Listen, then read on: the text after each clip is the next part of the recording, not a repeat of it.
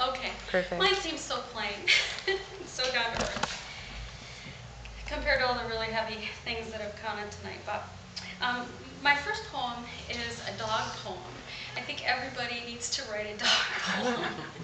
And I think everyone has felt this way. I love dogs, by the way, but this is not a good dog poem. All day today.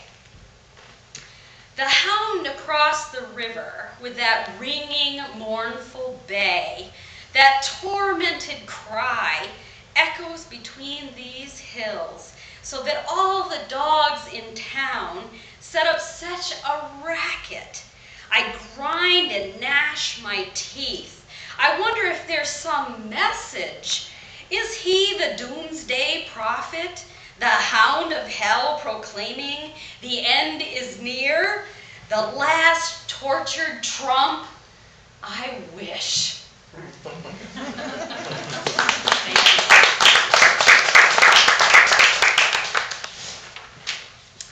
This one's called Eye Contact. In JFK, by myself, for the first time ever, I'm not their mom. I'm not his wife. I'm nobody watching. A young pilot, neatly uniformed like a Cub Scout, dragging luggage through the terminal.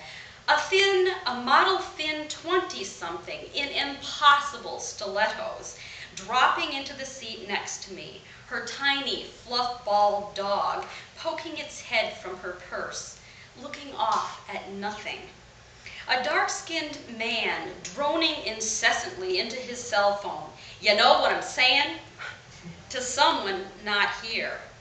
All around me, people tapping at laptops, oblivious, each in a separate world. I take out my pen and notebook.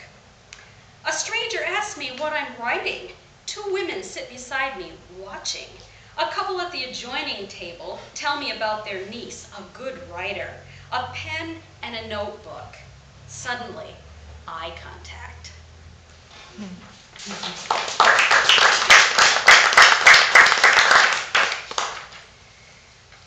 A typical day for the mother of twin boys. That's me.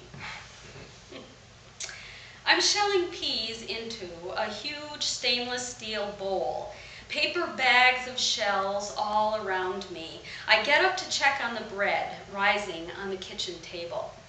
Don't anybody touch these peas, I say to my 3 toddlers, and set the bowl just out of reach. In the kitchen, my deflated bread has holes punched in it. Tiny finger holes, I realize, as a tinny crash signals a flood of peas. That's it. You need a nap. Upstairs into 3 cribs. Downstairs up to my elbows in dough. Upstairs, little feet. Bread back in the tins. I climb the stairs to my closed bedroom door. Stuck. I struggle. Yank it open, and there, a wide open window and 2 little boys dangling out. My breath stops. Where's my baby girl? I almost can't look, but when I do, I see pillows and blankets, lamps and lotions, boxes and shoes thrown down, but not her. She's asleep in her crib.